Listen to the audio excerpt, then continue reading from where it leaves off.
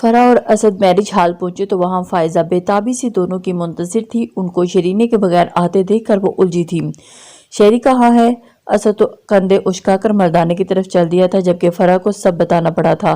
وہ تو سن کر ہی حیرت سے کنگ رہ گئی تھی۔ یعنی شہری اور افکن کے درمیان اتنا کچھ ہو رہا تھا اور وہ لا علم تھی؟ میرے اللہ، فائقہ کتنی بار شہری کا پوچھ چکی ہیں، اگر اسے علم ہو گیا تو وہ بہت برا ہوگا۔ اپنی اولاد کی تو سب کو عزیز ہوتی ہے، شہری کو تو کسی نے پھولوں کی چھڑی تک سے بھی نہیں چھوا، اور افکر نے اس پر ہاتھ اٹھا لیا۔ اف میرے اللہ! انہوں نے صدمے سے سر تھاما تھا۔ وہ کسی بھی طرح بات سننے پر آمادہ ہی نہیں، تو وہ دھمکیاں دے رہی تھی کہ وہ واپس چلی جائے گی، خالہ اور چچا جان کو ساتھ لے کر۔ عثمان اور فائقہ کو علم نہیں ہونا چاہیے اس بات کا۔ بات بہت بڑھ جائے گی۔ وہ کچھ سوچنے لگی تھی۔ میں اما بیوی کو کہہ کر آتی ہوں، پھر شہری کو لے کر آتی ہوں، تم میرے ساتھ چلو۔ فرا نے سر ہلا دیا تھا اما بی کو ضروری کام سے گھر جانے کا کہہ کر۔ اسد کے ساتھ وہ دونوں وہاں سے نکل آئی تھی۔ وہ تو شکر تھا کہ میرج ہال آدھے گھنٹے کی مسافت پر تھا۔ اسد نے تیزی سے ڈرائیو کرتے ہوئے دونوں کو 15 منٹ میں گھر پہنچا دیا تھا۔ کمرہ شکر ہے لاک نہیں تھا۔ شہری دونوں کو پھر سے دیکھ کر الجھی تھی۔ فائزہ نے اس سے خود بات کی تھی، افکن کے رویے کی معذرت کی تھی، اسے سمجھایا بجایا تھا۔ شرینے سنجیدہ رہی تھی اور اس کے بار بار معذرتاً رویے پر شرینے کا دل اس کے معاملے میں کچھ نرم ہوا تھا، لیکن وہ شادی میں جانے پر رضامند نہ تھی۔ دیکھو بیٹا، میں مانتی ہوں افکر نے بہت غلط کیا، لیکن اس وقت ہمارے ساتھ چلو۔ فائقہ کو علم ہوا تو وہ بہت دکھی ہوگی، پلیز میری خاطر پلیز۔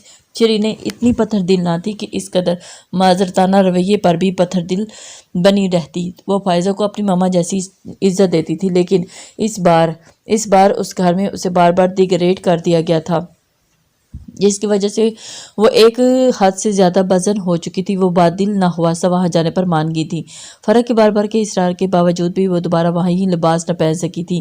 اس نے اپنے دل کی مانتے سادی سی لیڈیز پینٹ کے اوپر گھٹنوں تک آتا کرتا پہن لیا تھا، گلے میں اس نے ایک اسکارف ڈال لیا تھا اور پاؤں اس نے اسٹائلش سا فلیٹ جوتا پہن لیا تھا۔ اس کی سوچ کے مطابق اب وہ تیار تھی، وہ تیاری جو عام روٹین میں کرتی تھی۔ اس نے ماما کے خریدے ہوئے ان کی نصیحت کے عین مطابق پچھلے تمام فنکشنز میں وہ سب لباس پہنے تھے جو شادی بیاہ کے عین مطابق تھے، لیکن اس وقت وہ اپنی سوچ اور اپنے سٹائل کے مطابق تھی۔ وہ جانتی تھی کہ اب اس لباس کی اور اس کی تیاری کو وہاں موجود سبھی نے موضوع گفتگو بنانا تھا۔ اسے اب کوئی فرق نہیں پڑتا تھا کیا وہ کوئی کیا کہتا ہے، بس اپنے دل کی ضد کے سامنے ڈٹ گئی تھی۔ فرا نے ایک دو بار کہا، لیکن اس نے اپنے دل کی ہی کی تھی۔ فائزہ مثلاً پسند تھی کہ فی الحال شرینے کا وہاں جانا اہم تھا، لباس جو بھی تھا۔ شرینے کا مان جانا اس کے لیے فی الحال یہی بہت تھا۔ وہ میرج ہال میں آ گئی تھی۔ وہاں موجود بہت سے لوگوں نے اسے عام اور بہت ساروں نے بطور خاص دیکھا تھا، جبکہ وہ مطمئن تھی، اب اپنے دل کی کر کے بہت پرسکون تھی۔ فائقہ نے اسے دیکھا تو حیران ہوئی۔ تم یہ کیا پہن کر آ گئی ہو؟ شہری پارلر سے جب تیار ہو کر آئی تھی تو چینج کیوں کیا؟ وہ مسکرائی اور پھر فرا کو دیکھا۔ فرا نے فوراً حالانکہ گلے میں بازو حمائل کیے تھے، وہ شہری کے سوٹ پر مجھ سے تیل گر گیا تھا، سارا سوٹ خراب ہو گیا، اس لیے شہری نے چینج کر لیا تھا۔ فرا کے بہانے پر شرینا نے کندھے اچکا دیے تھے۔ اسے کوئی فرق نہیں پڑتا تھا کہ فرا فائقہ کو کیا بتاتی ہے۔ سارا رستہ فائزہ اسے فائقہ سے ان باتوں کا ذکر مت کرے ورنہ بہت ہرٹ ہوگی کہتی آ رہی تھی، اور شرینے سارے راستے سوچتی آئی تھی کہ وہ ماما کو ضرور بتائے گی۔ اس وقت وہ خاموش رہی تھی، لیکن اندر ہی اندر وہ افکن کو لے کر خاصی بدگمان ہو چکی تھی۔ فنکشن خیر و عافیت سے گزرا تھا۔ زبیہ کو بیاہ کر وہ لوگ گھر لے آئے تھے۔ فائزہ نے شرینے کو ہر رسم میں فرا کے ساتھ آگے رکھا تھا، بہن کی طرح شرینے کے شیان سے اسے نیک دلوائے تھے۔ مجبوراً شرینے کو بھی اپنا موڈ ٹھیک کرنا پڑا تھا۔ یہ سب لوگ اس کے ساتھ بہت اچھے تھے، وہ صرف ایک برت کی وجہ سے سب سے مس بہیو نہیں کر سکتی تھی۔ اس نے سوچا کہ ابھی فائقہ سے ذکر نہیں کرے گی، کل ولیمے کا فنکشن ہے، وہ جیسے تیسے ایک دن اور برداشت کر لے تو پھر گھر جا کر وہ ماما پاپا کو سب بتا دے گی۔ جو ہر وقت افکن کی تعریفوں کے پل باندھتے رہتے ہیں، ان سب کو بھی تو پتہ چلے کہ کیسا جاہل، تنگ مزاج اور کنزرویٹو انسان، حامل سوچ کا حامل انسان ہے۔ اور اس کے بعد اس نے ایک رسم میں حصہ لیا تھا اور اسے پھر سے نارمل انداز میں ریئیکٹ کرتے دیکھ کر فائزہ نے قدرے سکون کا سانس لیا تھا، ورنہ سوچ کر اس کا دل بیٹھا جا رہا تھا کہ اگر فائقہ کو شرینے نے بتا دیا تو وہ دونوں میاں بیوی کس قدر افسردہ ہوں گے۔ افغان اپنے کمرے میں سونے آیا تو کچھ دیر بعد فائزہ بھی آ گئی تھی۔ انہوں نے افغان سے وہ سب پوچھا تو کچھ پل کو تو وہ خاموش ہوا تھا۔ تم ایک سمجھدار انسان ہو، تم سے مجھے ایسے بچکانہ رویے کی امید نہ تھی، اور کوئی اور لڑکی ہوتی تو تم اسے چور سمجھ لیتے۔ چلو کوئی بات نہیں، غلطی ہو جاتی ہے، لیکن شرینے کے لیے ایسے الفاظ استعمال کرنا، سوچو فائقہ کو علم ہوگا تو کس قدر دکھ ہوگا۔ عثمان تک بات پہنچی تو وہ کیا سوچے گا، اس کا بھی تمہیں اندازہ ہوگا۔ اس کے لہجے میں دکھ بھی تھا، سرزنش بھی تھی اور ملامت بھی تھی۔ میں نے جان بوجھ کر ایسا نہیں کیا، افغان نے ٹالنا چاہا تھا، انہوں نے بغور بیٹے کو دیکھا تھا۔ ٹھیک ہے غلطی ہو گئی تھی، لیکن ہاتھ اٹھانے کی کیا وجہ تھی تمہارے پاس؟ اس کا لب و لہجہ بہت سنجیدہ تھا، وہ بدتمیزی کر رہی تھی۔ عورت کی زبان کو ہاتھ سے روکنا یہ مردانگی تو نہیں؟ فائزہ نے اسے شرمندہ سا کر دیا تھا، وہ کوف سے شکار ہوا تھا۔ اور پھر ماما پلیز، تمہیں اس سے کیا اختلافات ہیں؟ مجھے اس سے کوئی ذاتی دشمنی نہیں ہے، وہ جان بوجھ کر ایسا کرتی ہے، مجھے جان بوجھ کر زج کرتی ہے۔ تم ایک میچور پڑھے لکھے انسان ہو، تم اسے اچھے انداز میں بھی تو ہینڈل کر سکتے ہو۔ وہ پیار سے ہینڈل ہونے والی لڑکی نہیں ہے جو اینٹ کا جواب پتھر سے دے۔ اس کے لیے میرا رویہ ایسا ہی ہوتا ہے۔ بہرحال جو بھی ہے، تمہیں اب اپنا رویہ بدلنا ہوگا۔ اس کا انداز قطن تھا۔ ویسے بھی اما بھی کا ارادہ تمہاری نسبت شرینے کے ساتھ طے کرنے کا ہے۔ تمہارا یہ رویہ پہلے جو بھی تھا، اب رشتہ بدلنے سے تمہیں اپنے رویے میں بدلنے ہوں گے۔ واٹ؟ افغان تو ایک دم ساکت ہوا تھا۔ یہ نہیں ہو سکتا، وہ ایک دم انکاری ہوا تھا۔ افغان کا تو یہ سن کر دماغ گھومنے لگ گیا تھا، اور اس کا رشتہ شرینے سے طے کیے جانے کا سوچا جا رہا تھا۔ شرینے جیسی بے باک لڑکی جو اس کے نزدیک اخلاقی لحاظ سے کمزور اور بے حد آوارہ مزاج لڑکی تھی، وہ تو اسے ایک پل کو بھی اپنے ساتھ برداشت نہیں کر سکتا تھا۔ یہاں ساری عمر سر پر تھوپنے کی بات ہو رہی ہے، یہ کبھی بھی نہیں ہو سکتا، ایسا کبھی ہرگز نہیں ہوتا۔ کیا حامیہ شہری میں اس کا مزاج تند ہوا تھا؟ یہ پوچھئے کیا خوبی ہے اس آوارہ مزاج لڑکی میں؟ افغان آوارہ کے الفاظ پر فائزہ کو ایک دم سے جلال آیا تھا۔ وہ ہمارے خاندان کا حصہ ہے، خبردار اس کے بارے میں ایک لفظ بھی غلط کہا تو۔ اس کے انداز میں بہت غصہ تھا، لیکن میں اسے شادی نہیں کر سکتا۔ میں جانتی ہوں کون لوگ شرینے کی تربیت کو ہدف بنا کر غلط پروپیگنڈا کر رہے ہیں، اور کون لوگ تمہیں مس گائیڈ کر رہے ہیں۔ ایک وکیل کو آنکھوں کا اتنا اندھا اور کانوں کا اس قدر کچا نہیں ہونا چاہیے۔ بہت افسوس کی بات ہے افغان، لیکن میں شرینے کو پسند نہیں کرتا۔ آپ لوگ مجھے زبردستی اس کے ساتھ باؤنڈ نہیں کر سکتے۔ فائزہ نے ایک دو پل اسے دیکھا تھا۔ ٹھیک ہے، تمہارا جواب میں اما بی اور بابا جان تک پہنچا دیتی ہوں۔ شرینے سے تمہاری شادی کرانا ان کی خواہش ہے، آگے تم خود ہی ان سے نپٹ لینا۔ وہ صاف کہہ کر اٹھ کر کمرے سے نکل گئی تھی، اور افغان اس نے تیش مارے کے بستر پر مکہ دے مارا تھا۔ اس کا بس نہیں چاہ رہا تھا کہ وہ شرینے جیسی پٹاہا لڑکی پر کے پڑخچے اٹھا دے، جس کی وجہ سے اس کی زندگی میں یہ سارے عذاب آ رہے تھے۔ فائزہ نے اما بی تک ساری بات پہنچا دی تھی۔ افغان کا بیان سن کر وہ کافی دیر سوچ بچار کرتی رہی، اور اگلے دن انہوں نے فائقہ سے شرینے کی رضامندی جاننے کا کہا تو فائقہ نے ذمہ داری ان پر ہی ڈال دی تھی۔ وہ چاہتی تھی کہ وہ پہلے دونوں کی رضامندی جان لیں، پھر ان کو کال کرنے کی کوشش کریں گی۔ اگر یہ دونوں مان گئے تو ٹھیک، ورنہ پھر اس رشتے کے خیال کو ہی ترک کر دیں گے۔ انہوں نے شرینے کو بلوا بھیجا، اور جب شرینے سے بات کی تو وہ سنتے ہی ہتھے سے اکھڑ گئی تھی۔ یہ کبھی ہو نہیں سکتا، آپ نے یہ بھلا سوچ بھی کیسے لیا؟ ہمارے شروع سے ہی آپس میں رشتے ہوتے آئے ہیں، جتنا بھی پڑھ لو، جہاں بھی چلی جاؤ، ہوگا تو تمہارا رشتہ اپنوں میں ہی نا۔ انہوں نے تحمل سے کہا تھا۔ ویسے بھی شیان کی شادی ہو چکی ہے، تمہارا جوڑ اب افغان کے ساتھ بنتا ہے۔ اما بھی پلیز ایک ہی بات بار بار مت کریں، جو ہو نہیں سکتا اس کے بارے میں سوچیں بھی تو مت۔ میں مر سکتی ہوں، لیکن افغان جیسے مرد سے شادی نہیں کر سکتی۔ اس کا انداز اس قدر قطعیت لیے ہوا تھا کہ اما بھی کسی ثانیے تک سر جھکائے چامن سی ہو گئی تھی۔ شرینے کو ان کی مسلسل خاموشی سے اپنے سخت رویے کا احساس ہوا تھا۔ ویسے بھی اسے اما بھی بہت پیار لگتی تھی، وہ اکثر ان کی باتیں مان جاتی تھی، لیکن اس وقت وہ جو چاہ رہی تھی ان کے لیے زندگی اور موت کا معاملہ تھا، وہ نہیں مان سکتی تھی۔ وہ ان کے پاس بیٹھ گئی تھی۔ آئی ایم سوری، آئی نو آپ میرے جواب سے ہرٹ ہوئی ہیں۔ اما بی کی آنکھوں میں آنسو آ گئے تھے۔ ان کے بچے آج بھی ان سے فیصلوں کو اہمیت دیتے تھے، لیکن یہ نئی نسل ان کے دل سے ہوک اٹھی تھی۔ بلیو کریں، میں اور افغان کبھی ایک نہیں ہو سکتے۔ ہم دونوں بالکل بھی ذہنی مطابقت نہیں ہے، ہم دونوں ایک دوسرے کو دیکھنا گوارا نہیں کر سکتے۔ آپ ساری زندگی ایک ساتھ گزارنے کی بات کرتی ہیں۔ آئی ایم سو سوری، کیوں نہیں دیکھنا گوارا کر سکتے؟ کوئی لمبے چوڑے جاگیردار جائیداد کے مسئلے نہیں ہیں، کون سے اختلافات ہیں جو تم دونوں لے کر بیٹھ کے ہو؟ وہ مزاج کا ذرا سا تیز ہے، خلاف معمول بات ہو جائے تو غصے میں آ جاتا ہے، دل کا برا تو نہیں ہے وہ۔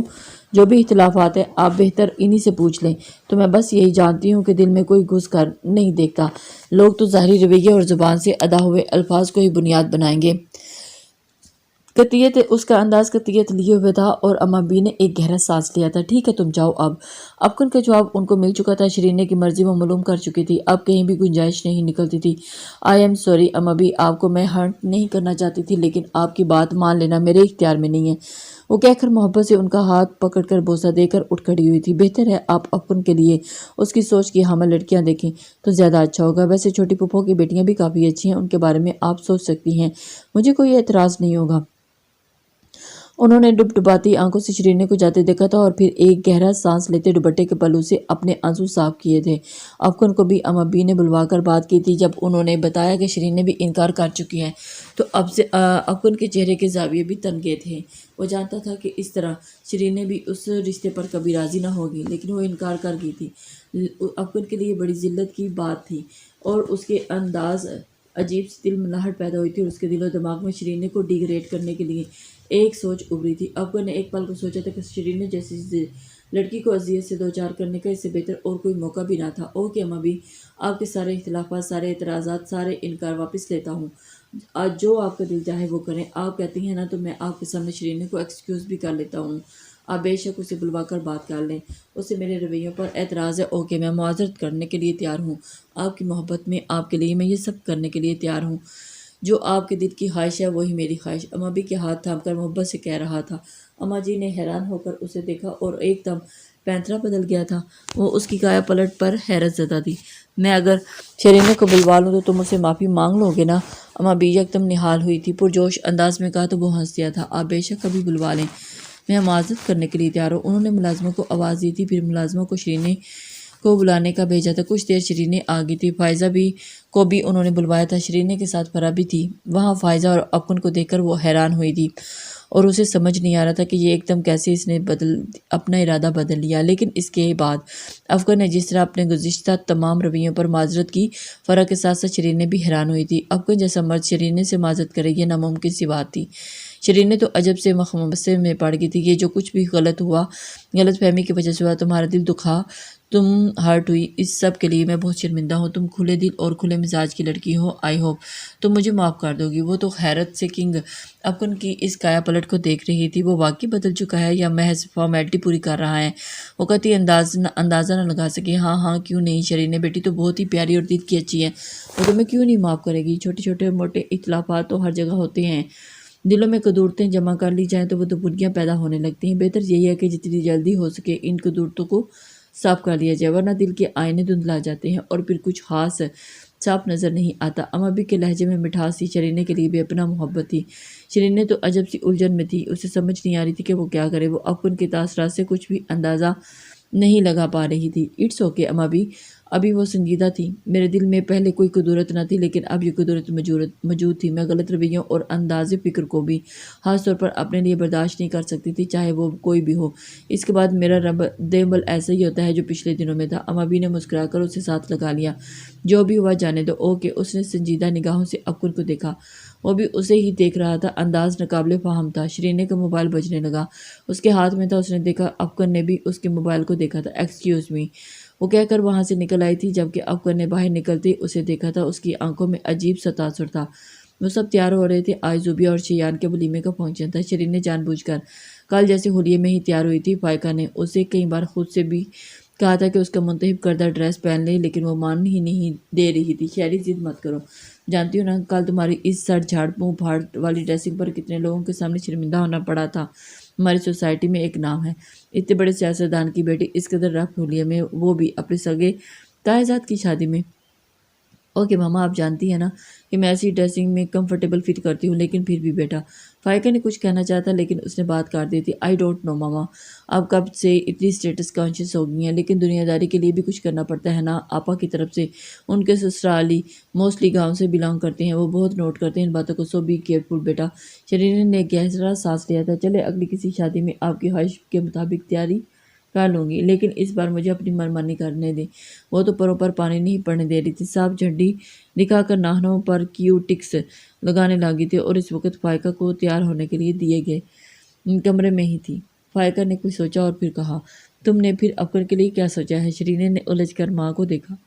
مطلب شادی سے متعلق میں ابھی کو صاف اور واضح الفاظ میں انکار کی صورت اپنا جواب دے چکی ہوں۔ اس کا انداز ہنوز تھا، لیکن ابھی کہہ رہی تھی کہ تمہیں افغان سے کچھ اختلافات تھے۔ اس کے بعد انہوں نے افغان کو بلا کر معاملہ کلیئر کر دیا ہے۔ کل افغان نے تم سے ایکسکیوز بھی کر لیا، جو اعتراضات تھے وہ تو ختم ہو گئے۔ اب آپ نے پوچھا کہ کیا اختلافات تھے۔ اس نے کیوٹکس والی شیشی بند کر کے ایک طرف رکھی تھی جو گیلے ناخنوں پر پھونک کے مارنے لگی تھی۔ ہاں، بتایا تھا کہ تمہاری افغان سے اس دن بائی روڈ آنے والی ایکسیڈنٹ والے معاملے کو لے کر کوئی بحث ہو گئی تھی جس پر تم دونوں نے ایک دوسرے سے بدزن ہو گئے تھے۔ اس کے بعد انہوں نے معاملہ کلیئر کروا دیا تو بات ختم ہو گئی ہے نا۔ اب شیرینے نے ایک گہرا سانس لیا تھا۔ فائزہ اور امابی کا اصرار تھا کہ فائقہ کو کچھ نہ بتائے، ورنہ وہ اب تک بہت کچھ بتا چکی ہوتی۔ اوکے، کچھ نہیں بتایا انہوں نے نفی میں سر ہلایا تو اس نے ایک گہرا سانس لیا تھا۔ بس امابی نے مجھے تمہارے پاپا بھائی صاحب اور فائزہ آپا کو بلا کر کچھ دیر پہلے ایک فیصلہ سنایا تھا۔ بابا صاحب بھی وہی موجود تھے۔ تم لوگ جانتے ہو نا، ان کے فیصلوں پر ہم سب کو یہ اعتراض نہیں کر سکتے۔ ان کا انداز توحیدی تھا۔ کیا فیصلہ؟ وہ کچھ بھی الجھی ہوئی تھی۔ وہ شیرینے کی طبیعت اور مزاج کو اچھی طرح سے جانتی تھی۔ انہوں نے کچھ سوچا اور پھر سر ہلا دیا تھا۔ کچھ نہیں، چلو آؤ۔ تقریباً سبھی تیار ہو گئے تھے۔ ڈریس تو تم نے چینج نہیں کیا۔ اپنی ضد کے سامنے تم نے بھلا میری کب سننی ہے؟ لیکن یہ دوپٹہ لے لو، تمہاری شرٹ کے ہمراہ رنگ ہے۔ خالی اسکارف لینا مناسب نہیں لگتا۔ اس نے سر ہلا دیا تھا۔ اسکارف اتار کر دوپٹہ لے لیا تھا۔ دوپٹہ بھی جچ رہا تھا، لیکن دوپٹہ ٹائٹ اور لانگ شرٹ کے اوپر زیادہ پیارا لگ رہا تھا۔ تم ہمارے ساتھ ہی میرج ہال میں چلو گی؟ انہوں نے کہا تو اس نے سر ہلا دیا۔ میرج ہال پہنچ کر کھانا کھانے کے بعد شیرینے کے کانوں تک جو خبر پہنچی تھی، اس نے تو اس کے دماغ کو بالکل سن کر دیا تھا۔ یہ کیسے ممکن ہے؟ وہ ماننے کو تیار ہی نہ تھی۔ اور پھر میں تمہیں گھر پر ہی بتانا چاہ رہی تھی، لیکن تمہارے ری ایکشن کی وجہ سے چپ کر گئی تھی۔ جب تم دونوں میں اب کوئی اختلاف ہی نہیں تو امبی اور بابا صاحب نے سوچا کہ رشتہ طے کر دینا چاہیے۔ نو ماما نو، وہ تو پھٹی پڑی تھی۔ It's impossible. تم جانتی ہو نا، جب تمہارے پاپا کوئی فیصلہ کر لیں تو پھر پیچھے نہیں ہٹتے۔ میں نہیں مانتی کسی فیصلے کو، یہ میری زندگی کا سوال ہے۔ افغان سے رشتہ ہونے سے بہتر ہے کہ میں کسی کنویں میں چھلانگ لگا کر اپنی جان دے دوں۔ جذباتی باتیں مت کرو۔ تمہیں ہم نے ہمیشہ ایک پریکٹیکل اپروچ دینے کی کوشش کی ہے، انہوں نے اب کی بار ذرا سختی سے کہا تھا۔ افغان ایک ہائیلی کوالیفائی لائر ہے، اس کا مستقبل بہت روشن ہے۔ اب گاؤں میں ہونے والے الیکشن میں وہ لڑے گا تو تم جانتے ہو اپنے علاقے میں یہ سیٹ ہمیشہ ہماری ہوتی ہے۔ افغان تمہارے پاپا کو سپورٹ کرے گا۔ پولیٹیکل لحاظ سے ہمیں افغان کی سیٹ کا بہت فائدہ ہوگا۔ ماما، اس نے بہت یقینی سے ماں کو دیکھا تھا، آپ اس پولیٹیکل نفع نقصان کے بارے میں کب سوچنے لگی؟ مجھے ان چیزوں سے کوئی فرق نہیں پڑتا۔ افغان سے کوئی اختلافات نہ ہوتے تب بھی کوئی فرق نہیں پڑتا تھا۔ افغان سے کبھی بھی شادی نہیں کر سکتی۔ ہم دونوں کسی بھی طرح کسی بھی ٹائپ سے ایک دوسرے کو سوٹ نہیں کرتے۔ تو ماما نو ماما، وہ قطعی انکاری تھی۔ فائقہ نے بے بسی سے دیکھا تھا، وہ مجھ سے میچ نہیں کرتا کسی بھی لحاظ سے۔ آپ کو انکار کرنا ہوگا۔ وہ بالکل منکر تھی۔ میری جان، اب انکار ممکن نہیں۔ بابا صاحب اور تمہارے پاپا اپنے حلقہ احباب اور رشتہ داروں میں سے کئی لوگوں کو بتا چکے ہیں، اور آج تم دونوں کا رشتہ طے پا جانے کی تقریب بھی ہوگی۔ مائی گاڈ، شیرینے نے سر تھاما تھا۔ نو ماما نو، پلیز ہیلپ می، پاپا کو بلائیں، میں ان سے بات کرتی ہوں۔ بے بسی سے اس نے ماں کے ہاتھ تھامے تھے۔ لوگوں کو بے بس کرنے والی لڑکی تھی۔ اس کی ہر خواہش، ہر ضد مانی گئی تھی، اس کی ہر جائز اور ناجائز بات مانی گئی تھی۔ لیکن اب جب کہ اس کی زندگی کا اتنا بڑا فیصلہ تھا، اس پر اسے سرے سے نظر انداز کر دیا گیا تھا۔ ایک دفعہ پوچھ کر انکار کے باوجود اتنی منمانی کی گئی تھی۔ آپ کو علم ہی نہیں افغان میرے ساتھ کس طرح کا بہیو کر چکا ہے۔ اما بھی بتا چکی ہیں مجھے، تمہارے افغان سے کی غلط فہمی کی بنا پر جھڑپ ہو گئی تھی۔ اسے نہیں تھا علم کہ شیان کے کمرے میں تم ہو۔ وہ کوئی چور سمجھ کر تم پر ہاتھ اٹھا بیٹھا۔ ماما کو سارا کچھ ٹھیک بتایا گیا تھا، لیکن غلط انداز میں۔ افغان کو بعد میں علم ہوا تو وہ شرمندہ ہوا تھا۔ اس نے تم سے ایکسکیوز کیا تھا نا۔ وہ بے یقینی سے ماں کو دیکھ رہی تھی، کس قدر غلط انداز میں اس کی ماں کو بتایا جا رہا تھا، اور آپ نے ان سب باتوں پر مجھ سے پوچھے بغیر بلیو کر لیا، اور آپ کو کوئی فرق نہیں پڑتا مجھ پر کوئی ہاتھ بھی اٹھائے۔ وہ خیرت زدہ تھی۔ ایسی بات نہیں میری جان، افغان سے وہ سب غلطی سے ہوا تھا۔ اگر کوئی اور بات ہوتی تو تم مجھ سے ذکر کرتی، کوئی بھی تم پر ہاتھ اٹھائے مجھے فرق پڑے گا، لیکن افغان سے وہ سب غلط فہمی میں ہوا تھا۔ وہ مکمل طور پر افغان کی طرفداری کر رہی تھی، لیکن امابی نے بہت اچھی طرح فائقہ بیگم کا مائنڈ میک اپ کیا ہوا تھا۔ اس نے بےبسی سے سر تھاما تھا۔ وہ فائقہ کو وہیں برائڈل روم میں چھوڑ کر خود باہر نکلی تھی۔ اس کا ارادہ مردانے کی طرف جا کر پاپا کو تلاش کرنے کا تھا۔ وہ مردانے کی طرف آئی تھی۔ اسے کوئی فرق نہیں پڑتا تھا کہ اسے اس طرح دیکھ کر کیا کہتا۔ وہ بس پاپا کو تلاش کر رہی تھی۔ اسٹیج کے پاس اسے پاپا کسی کے ساتھ کھڑے نظر آئے تو وہ تیزی سے اس کی جانب لپکی تھی۔ تم ادھر کیا کر رہی ہو؟ شیان ایک دم اس کے راستے میں حائل ہوا تھا۔ مجھے پاپا سے بات کرنی ہے۔ نظریں اس کی اب بھی پاپا پر ہی تھی۔ تم جاؤ یہاں سے، تم دیکھ نہیں رہی ہو یہاں ہر طرح لوگ ہیں، بابا صاحب کے بھائی کے اور چچا جان سبھی کے جاننے والے مدو ہیں، بہت آکورڈ لگ رہا ہے، نکلو یہاں سے۔ اس نے بری طرح سے ڈانٹ دیا تھا۔ شرینے کا دل چاہا تھا پھوٹ پھوٹ کر رو دے۔ وہ بڑی بے بسی سے واپس لوٹی تھی۔ وہ کئی بار اما بی کے پاس بھی آئی تھی، ان کو بلایا تھا، ضروری بات کرنی ہے کیا کہہ کر بات سننے کا کہا تھا، لیکن ان کی اپنی ہی ہم عمر خواتین کے ساتھ نہ جانے کون سی باتیں تھیں جو ختم ہونے کا نام ہی نہیں لے رہی تھی۔ جو وقت گزرتا جا رہا تھا اسے اپنا بی پی شوٹ ہوتا محسوس ہو رہا تھا۔ افغان سے اما بی نے خود بات کی تھی تو وہ سنتے ہی ہتے سے اکھڑ گیا تھا، لیکن افغان کو منا لینا ان کے لیے قطعی مشکل نہ تھا۔ اصل مسئلہ تو شرینے کو ہینڈل کرنا تھا، جس کا معاملہ انہوں نے اس کی ماں کے سپرد کر دیا تھا۔ ہم سبھی مہمانوں کو بتا چکے ہیں، بات تو تمہاری ماننی ہوگی۔ شرینے اچھی لڑکی ہے، کچھ بھی اختلافات ہیں وقت گزرنے کے ساتھ ٹھیک ہو جائیں گے۔ بالکل نہیں، شرینے سے معافی مانگ لینا اور بات تھی، اس کا یہ مطلب تھوڑی تھا کہ اسے میں اٹھا کر اپنے سر پر بٹھا لوں۔ وہ سخت بنایا ہوا تھا۔ تو ٹھیک ہے، مت مانو ہمارا فیصلہ، ہو جانے دو ہماری رسوائی۔ ہم نے تمہیں اپنے بیٹوں سے بڑھ کر چاہا ہے، تمہاری تربیت کی ہے، تمہارے ماں باپ سے زیادہ تم پر حق رکھتے ہیں، اور آج تم ہمارے فیصلوں پر ہمیں رد کر رہے ہو۔ ایموشنل بلیک میلنگ تھی، انہوں نے تو باقاعدہ آنسو تک رخسار پر بہا لیے تھے۔ افغان نے نہایت بے بسی سے انہیں دیکھا تھا۔ ہم ایک عمر گزاری ہے، تم ہمیں سب سے زیادہ عزیز ہو، اور ہم تمہارا بھلا ہی تمہارے لیے کوئی غلط فیصلہ نہیں کر سکتے۔ ردی ہوئی آواز میں مزید کہا گیا، اوکے، جو جی چاہتا ہے کریں، لیکن پلیز روئے مت۔ اما بی کے آنسو اس کی کمزوری تھے، فوراً بے بس ہوا تھا، ایک دم ہتھیار ڈال دیے تھے۔ اما بی کے آنسو ایک دم تھمے تھے، انہوں نے نہال ہو کر اسے ساتھ لگا لیا تھا۔ شیرین تو بری پھنسی تھی، اما بی نے کام ہی ایسا کیا تھا کہ اس لباس میں برائڈل روم میں اسے دوپٹہ جو اس کے گلے میں تھا سر پر ڈال کر بٹھا دیا گیا تھا، اور اس کا خیال تھا کہ محض زبانی کلامی رشتہ طے ہونے کی کوئی بات ہوگی۔ یہ اس کی بدقسمتی تھی کہ کیا تھا کہ اما بی اپنے دل و دماغ کے ساتھ مکمل پروگرام طے کیے ہوئے تھی، جس سے انہوں نے دونوں کو گھیرا تھا، پھر ان کے والدین کو، اور اس کے بعد تو شیرین تو بس بندھے ہوئے ہاتھ پاؤں کے ساتھ بس پر پھڑا ہی سکتی تھی۔ مولوی صاحب ادھر ہی آ رہے ہیں، دلہن کا چہرہ تو چھکاؤ، کسی لڑکی نے جلدی سے اندر آ کر تیزی سے کہا تھا۔ شیرین تو مولوی کا نام سن کر ہی بے اختیار ہوئی تھی۔ اما بھی ایک طرف فائقہ خاتون اور دوسری طرف دونوں پھوپھیاں، سامنے فائزہ خاتون کے علاوہ اور بھی نہ جانے کون کون سی رشتہ دار خواتین تھیں۔ اما بھی نے جلدی سے دلہن کو ہی چادر جو صوفے پر رکھی ہوئی تھی اٹھا کر اس پر ڈال دی تھی۔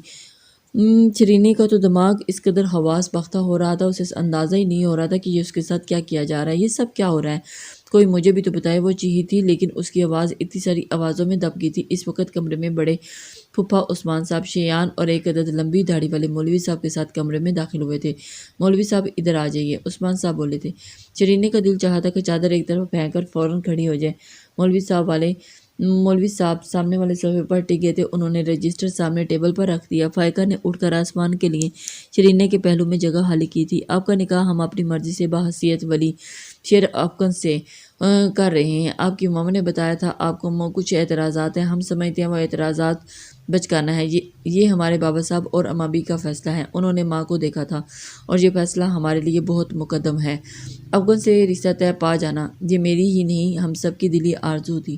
معذرت چاہتے ہیں کہ ہم پہلے سے آپ کو اعتماد میں نہیں لے سکے، بس یہ بالکل ایک دم آنن فانن فیصلہ ہوا تھا۔ ہمارا ارادہ محض رسم ادا کرنے کا تھا، لیکن اما بی کی خواہش تھی کہ نکاح ہو جائے تو زیادہ بہتر ہے، اور اسی لیے آپ جانتی ہیں نا کہ ہم نے کبھی اما بی کا کہا نہیں ڈالا، اور آپ سے بہت محبت کرتے ہیں۔ آپ کے حقوق کا تحفظ ہماری اولین ذمہ داری ہے۔ مجھے امید ہے کہ آپ ہمارا مان برقرار رکھیں گی۔ انہوں نے دھیمے لہجے میں محبت سے اس کا ہاتھ تھام کر پیار سے سہلاتے صبر سے اپنے مخصوص پروکار انداز میں وہ سب کہا تھا، اور ان کے الفاظ ان کی زبان سے نکلتے شیرین کے سماعت کو فیض یاب کرنے گویا اس کی زبان پر تالا لگا گئے تھے۔ مولوی صاحب بسم اللہ کیجیے۔ شہری کی طرف مکمل خاموشی پا کر انہوں نے مولوی صاحب سے کہا، اور مولوی صاحب نے نکاح پڑھانا شروع کر دیا تھا۔ وہ شیرین ایسی ہی تھی کہ جیسے کوئی پتھر کی مورت، بالکل بے حس اور حرکت۔ نکاح کے بعد شیرین کی خاموشی گھر واپس آ کر نہ ٹوٹی تھی، وہ کسی نہ کسی کے گلے لگی تھی اور نہ ہی کسی سے بات کی تھی۔ نکاح کے بعد عثمان اس کے سر پر ہاتھ رکھ کر مولوی صاحب اور دیگر لوگوں کے ہمراہ وہاں سے چلے گئے تھے، اور ماما اور اما بی نے اسے ساتھ لگانا چاہا تھا، لیکن وہ اس طرح بے حس حرکت کر رہی تھی۔ نکاح کے کچھ دیر بعد مہمان واپس جانا شروع ہو گئے تھے۔ فرح نے اسی طرح چادر میں چھپی شیرین کی ایک تو تصویر لی تھی، اور اس کے بعد تصویر لینے کی تو کسی کی ہمت نہ تھی۔ مہمان جانا شروع ہوئے تو فائقہ کے ہمراہ بھی وہ بھی گھر لوٹ آئے تھے۔ آدھی سے زیادہ رات بیت چکی تھی، سبھی اپنے اپنے کمروں میں جا چکے تھے۔ عثمان باہر بابا صاحب اور دیگر لوگوں کے ساتھ بیٹھ گئے تھے۔ کل صبح ان لوگوں نے رخصت ہو جانا تھا اور کچھ وقت فیملی کے ساتھ گزارنا چاہتے تھے۔ شیرین نے کمرے میں آتے ہی لائٹ آف کیے پیشانی پر ہاتھ رکھے لیٹ گئی تھی۔ فائقہ نے اسے مخاطب کرنا چاہا تھا لیکن اس کا قطعیت بھرا انداز دیکھ کر وہ بھی خاموش رہ گئی تھی۔ وہ کمرے سے نکل گئی تو اس نے ہاتھ ہٹا کر کمرے کے اندھیرے میں گھورنا شروع کر دیا۔ وہ اس وقت فائقہ اور عثمان والے کمرے میں تھی۔ اس کے دماغ میں ایک جنگ سی چل رہی تھی اور اس کے تاثرات بالکل سپاٹ تھے۔ اگلی صبح وہ لوگ تیار تھے واپسی کے لیے۔ نکاح سے پہلے یا بعد میں اس کا افغان سے سامنا نہیں ہوا تھا اور ان سب نے بائی پلین ہی اسلام آباد جانا تھا۔ وقت رخصت سب لوگ موجود تھے۔ بڑی ماما نے اسے بہت محبت سے ساتھ لگایا تھا، جبکہ اسی طرح سرد تاثرات لیے اماں بیوی تو بہت ہی خوش تھی۔ وہ ان سے نہیں ملی تھی۔ اس نے فرح سے بھی ہاتھ ملانا یا گلا ملنے گوارا نہ کیا۔ فائزہ بیگم نے خود ہی آگے بڑھ کر اسے پیار جتا لیا تھا۔ شیان اپنی بیگم کے ساتھ پھوپھو کی طرف تھی۔ بابا صاحب اور اشفاق صاحب رخصتی صاحب نے خصوصی طور پر ہاتھ رکھا تھا۔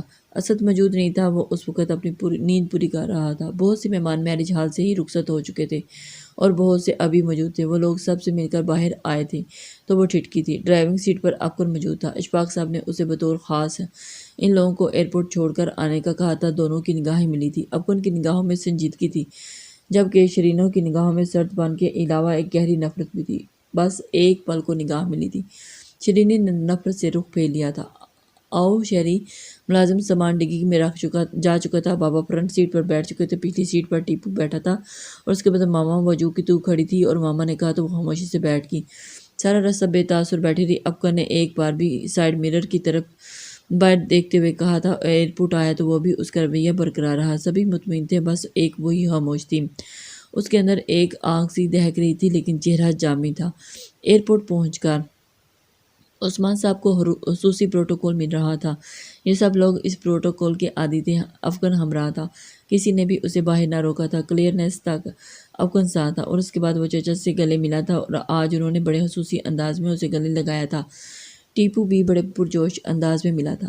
ماما کا انداز بھی خصوصی تھا، وہ ماما کے ساتھ ہی کھڑی تھی۔ افغان کی نگاہ اس کی طرف اٹھی، بالکل سادہ شفاف چہرے پر ایک پل کو بے تاثرات کی جگہ ناگواری اور شدید نفرت کی لہر چھائی تھی۔ اور اس کے بعد شیرین نے لاب پینچ کر چہرہ موڑ لیا تھا۔ عثمان آگے بڑھے تو بس سب بھی ساتھ چل دیے تھے۔ افغان خاموشی اور سنجیدگی سے ان سب کو جاتا دیکھ رہا تھا اور آخر میں اس کی نگاہ شیرین پر جم گئی تھی اور وہاں سے ایسی نگاہ جمی کہ اٹھنے کا نام ہی نہیں لے رہی تھی۔ بلیک فلیٹ سے جوتے میں جگمگاتے پاؤں، وہ بے مقصد ہی چند پل اس کے ہر قدم کو دیکھتا رہا تھا اور نیکسٹ کاریڈور کی طرف بڑھتے سبھی نے پلٹ کر دیکھا تھا۔ عثمان اور ٹیپو نے ہاتھ ہلایا تھا۔ فائقہ نے مسکراہٹ سے الوداع کہا تھا اور شیرین نے اس کی نگاہوں میں نفرت کے سوا کوئی تاثر نہ تھا۔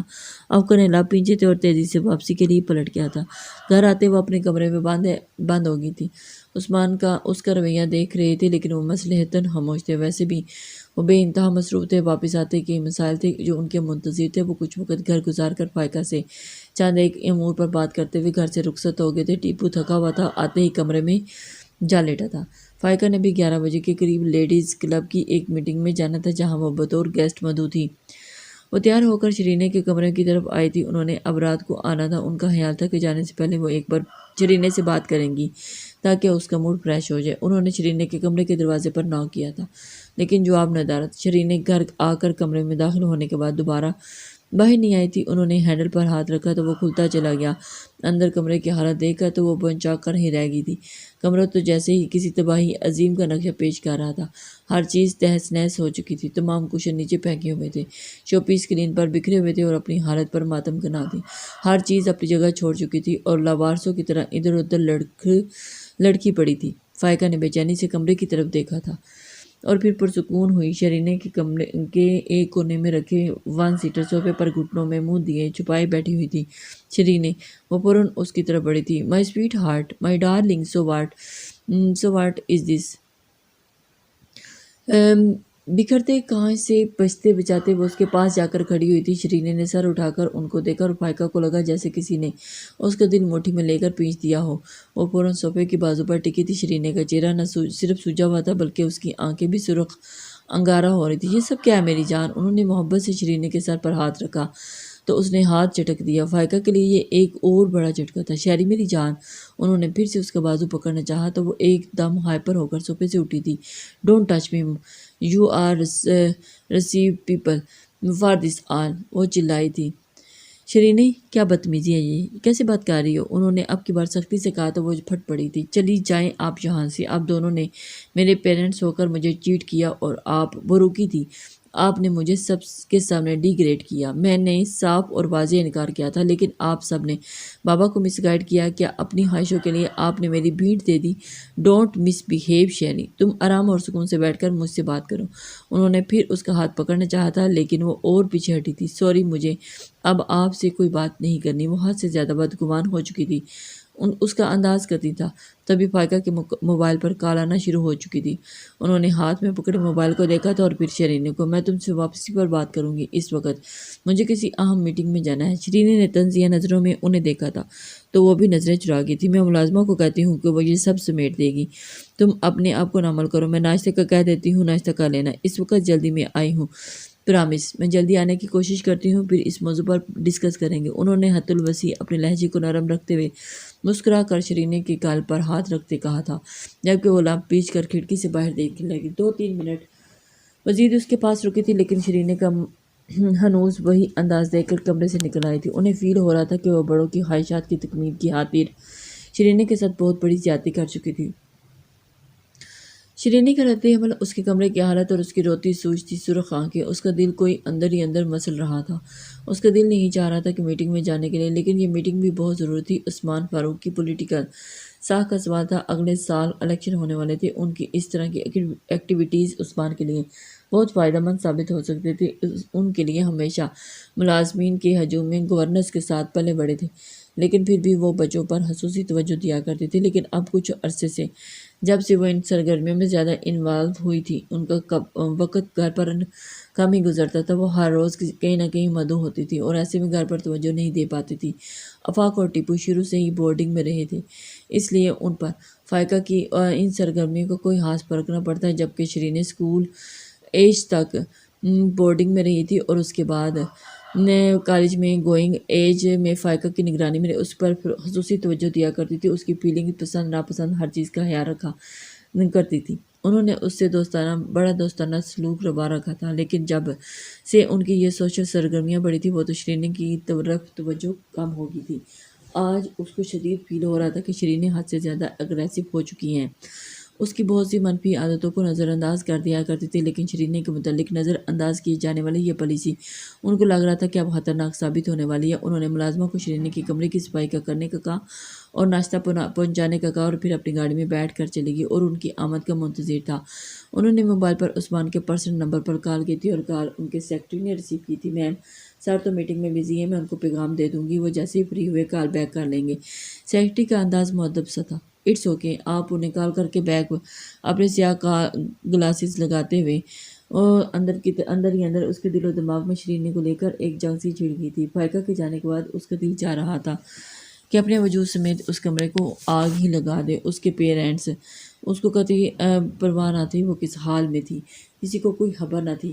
اس سے بے پناہ محبت کرنے والے اس وقت مکمل طور پر بے حس بنے ہوئے تھے اور اس کے احساسات اور جذبات سے بالکل وہ عاری تھے۔ ان کو اس بات کا اندازہ ہی نہیں تھا کہ اس وقت اس پر فرح اور اسد میرج ہال احساسات اور جذبات قطعی نابلد آنکھیں بند کیے ہوئے تھا۔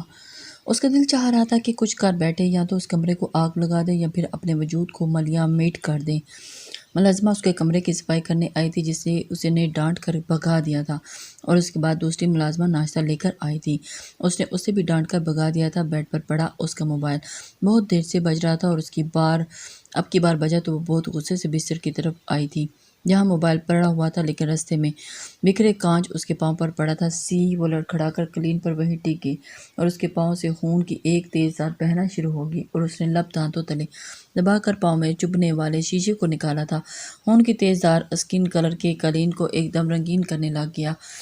شرینی نے ضبط سے لام پیچ لیا اور اس سائڈ ٹیبل پر موجود دراز کو کھولا تھا اور پھر اس میں ٹیشو کا رول نکال کر کافی سارے لیف نکال کر ٹیشوز اپنے پاؤں پر رکھ کر زخم دبایا تھا۔ تکلیف کی لہریں اٹھی تھی لیکن وہ ضبط کر گئی تھی۔ اس وقت جو بھانبڑ اس کے اندر جا رہے تھے، اس کے سامنے تو یہ تکلیف کچھ بھی نہ تھی۔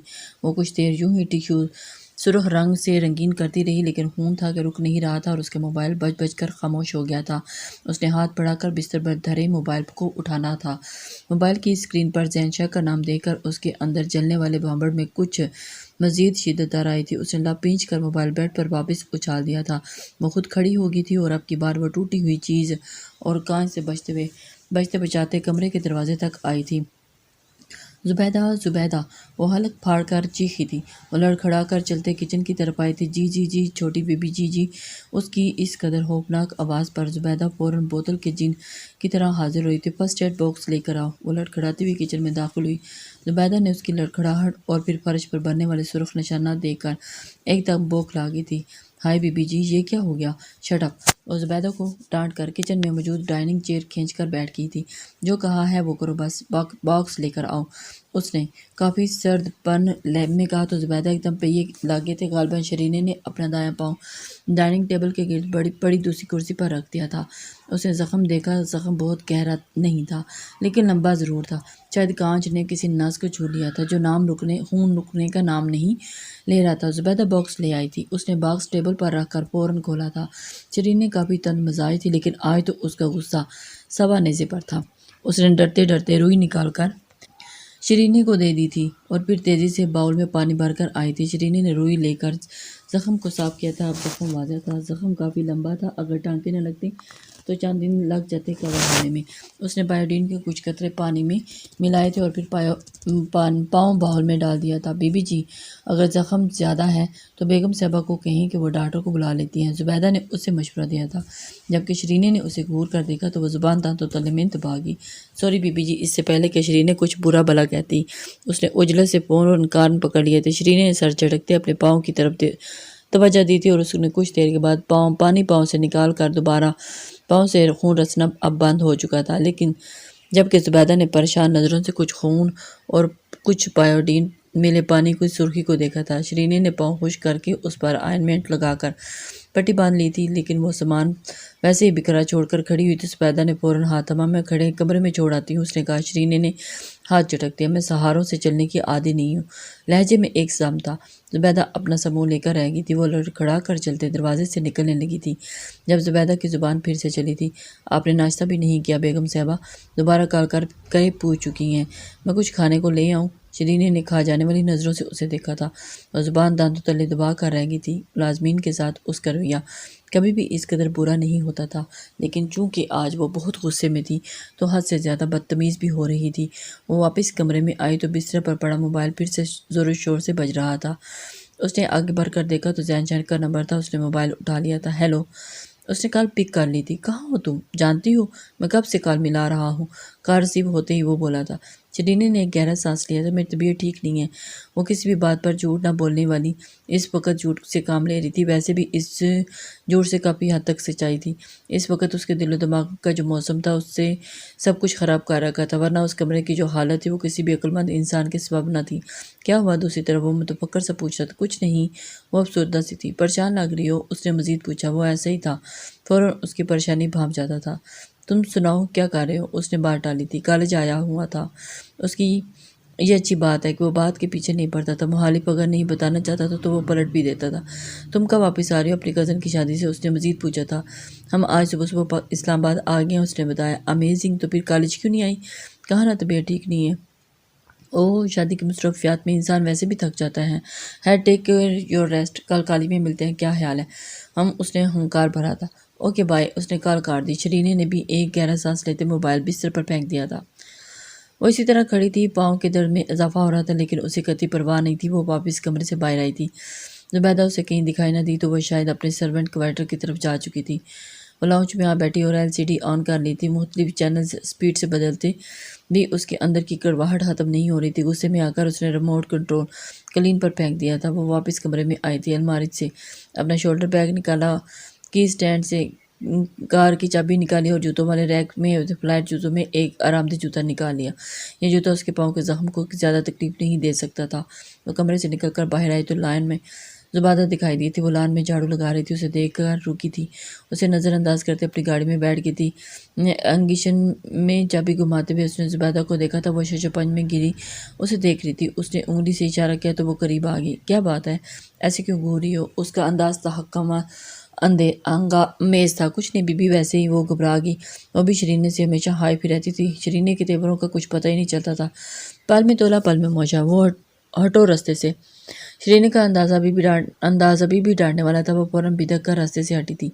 وہ گاڑی گیٹ کے پاس لے آئی تھی، چوکیدار نے اس کے اشارے پر گیٹ کھول دیا تھا، وہ زن سے گاڑی گیٹ سے نکال کر لے آئی تھی۔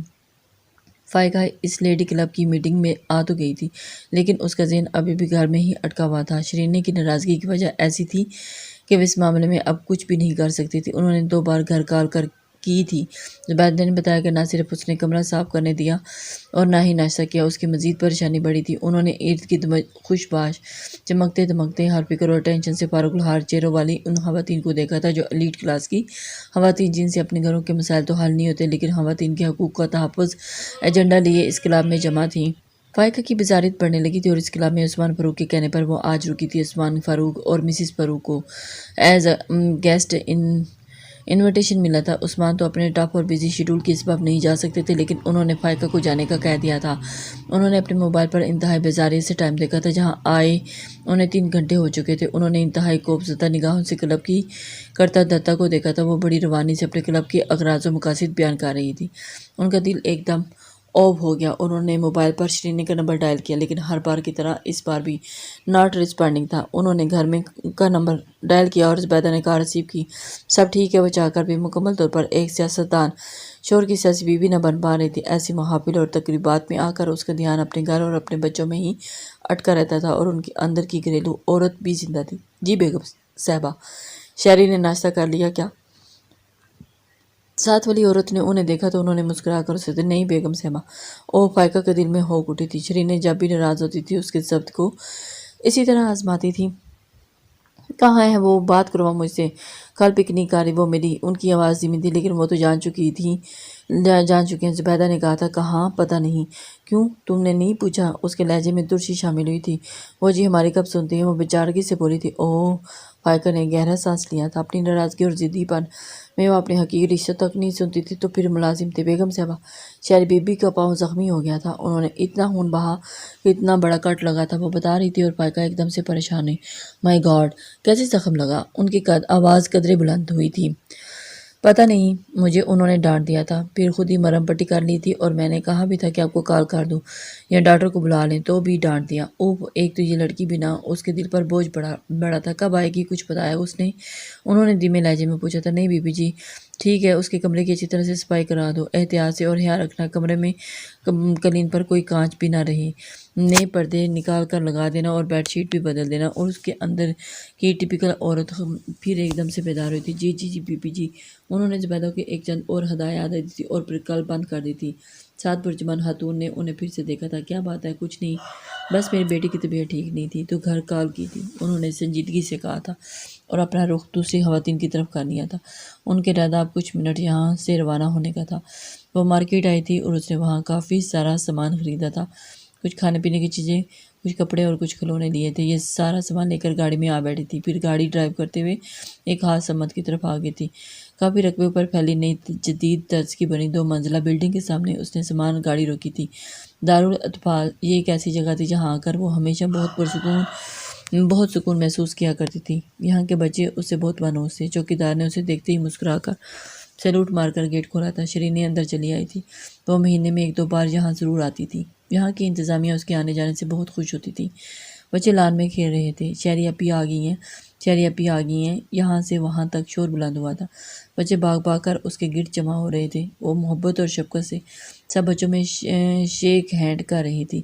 لاسٹ سیمیسٹر میں اسے سوشل ورک کے حوالے سے ایک پروجیکٹ ملا تھا، وہ کل 5 ممبر سے، جن میں ایک زین شاہ بھی تھا۔ انہوں نے چیریٹی کا شو انعقاد کیا تھا، وہ کافی ساری رقم جمع کی تھی، بہت سے لوگوں نے تعاون کیا تھا، کچھ مخیر حضرات نے پبلسٹی کے لیے کافی رقم بھی دی تھی، کچھ نے واقعی خوف خدا کے لیے رقم تحت رقم دی تھی اور اس کے بعد انہوں نے وہ تمام رقم کالج کونسل کے تحت ممبر مختلف اداروں کو ڈلیوری کی تھی، جن میں سے ایک دارالاطفال بھی تھا، جب وہ رقم دینے کے لیے اپنے گروپ کے ساتھ یہاں آئے تھے۔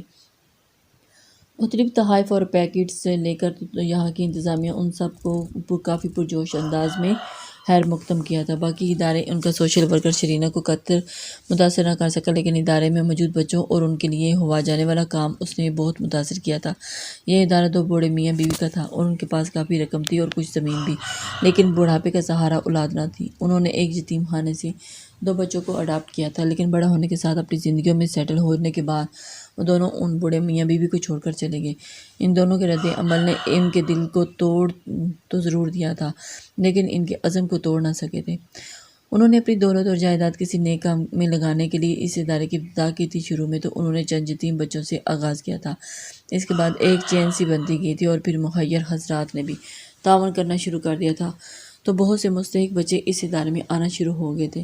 یہ لوگ تو صرف خدمت خلق سمجھ کر ثواب کی نیت سے خدمت سر انجام دے رہے تھے، اور شرینہ کو ان کی یہی سب بات سب سے زیادہ اچھی لگی تھی۔ شروع میں تو وہ محض مدد کے خیال سے آتی تھی اور پاپا کی ہیلپ سے ان لوگوں کو کافی کچھ ڈونیٹ کر چکی تھی۔ پھر جیسے یہاں آنا کے لیے اس کے لیے ذہنی سکون بنتا چلا گیا، تو وہ اکثر جہاں بہت زیادہ ڈپریسڈ ہوتی تو یہاں آ جایا کرتی تھی۔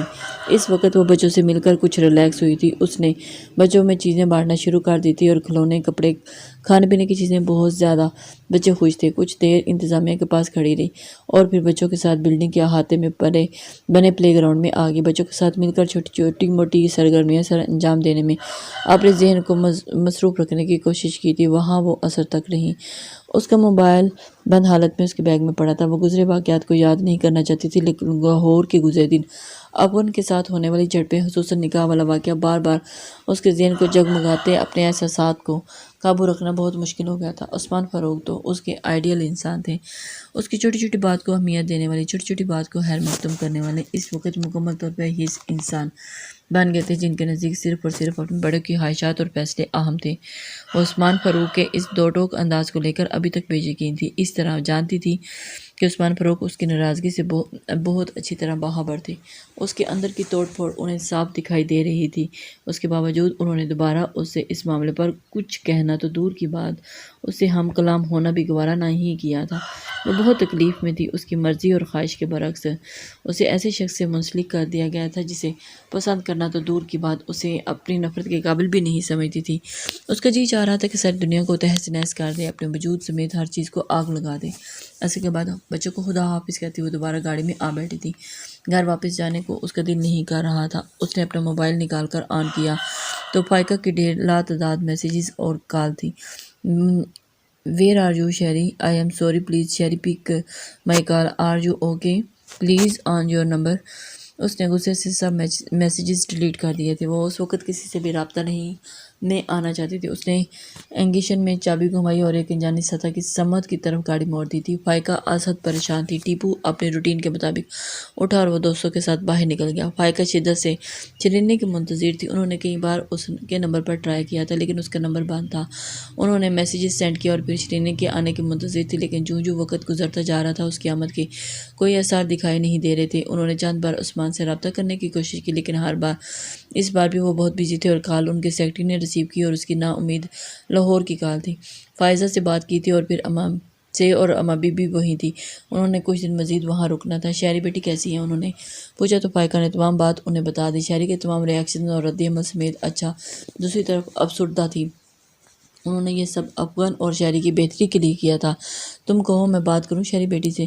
وہ ہم سے سب سے بے حد بدگمان ہو چکی ہیں۔ اسے کچھ بھی کہنا سننا بیکار ہے۔ وہ جذباتیت کی جس سطح پر تھی ہے، وہ ہمیشہ اپنا نقصان کرتی ہے، کسی ایک کی بھی نہیں سنتی۔ لیکن میں نے تو یہ سب دونوں کی بہتری کی خاطر کیا ہے۔ مجھے نہیں علم افغان اور اس کے درمیان ایسا کیا ایشو چلا ہے وہ جو اس قدر ہائپر ہو چکی ہے۔ اماں بھی، عثمان تو ویسے بھی کچھ نہیں، لیکن اس کی ناراضگی کا سارا نزلہ مجھ پر گرے گا۔ میں آ جاؤں کچھ دن کے لیے؟ مجھ سے تو ویسے بھی بڑی محبت کرتی ہے، پاس رہ کر محبت سے اور پیار سے بات کروں گی تو شاید سمجھ جائے گی۔ آپ پلیز آ جائیں، ان حالات میں مجھے تنہا ہینڈل نہیں ہونے والی۔ عثمان کا اتنا ٹف شیڈول ہے، وہ گھر پر اتنا کم رکتے ہیں۔ اس سے بات کرتے وہ دو ٹوک انداز میں جواباً شرینہ کے بجائے مزید بگڑ گئے تھے۔ تسلی رکھو شیان اور زبیہ مکلاوے سے واپس آ جائیں تو 1-2 دن کے لیے آ جاؤں گی۔ فائقہ نے سانس لیا تھا۔ انہوں نے کچھ دیر بات کی تھی، پھر کال بند کی تو مغرب کا وقت ہو رہا تھا۔ مغرب کے بعد گیٹ پر گاڑی کا ہارن بجا تو اپنے کمرے میں موجود فائقہ کو لگا جیسے اس کی سانس میں سانس آئی تھی۔ وہ عجلت میں کمرے سے نکلی تو فوراً باہر آئی تھی۔ شرین نے گاڑی کھڑی کر کے اندر آ رہی تھی۔ اس کا رخ اپنے کمرے کی طرف تھا۔ کہاں تھی تم؟ فائقہ نے اسے رستے میں ہی روک لیا تھا۔ اس نے اجنبی نگاہوں سے ماں کو دیکھا اور پھر جواب دیے بغیر اپنے کمرے کی طرف چل دی تھی۔ شیری، واٹ از دس؟ انہوں نے اس کا رویہ بہت کھل رہا تھا۔ شرین نے روکے بغیر لڑکھڑا کر چلتے اپنے کمرے کی طرف آ گئی تھی۔ اس نے دروازہ کھولا تو سامنے صاف ستھرا سمٹا کمرہ منتظر تھا۔ وہ کمرے میں داخل ہوگی، فائقہ نے بھی پیچھے ہی تھی۔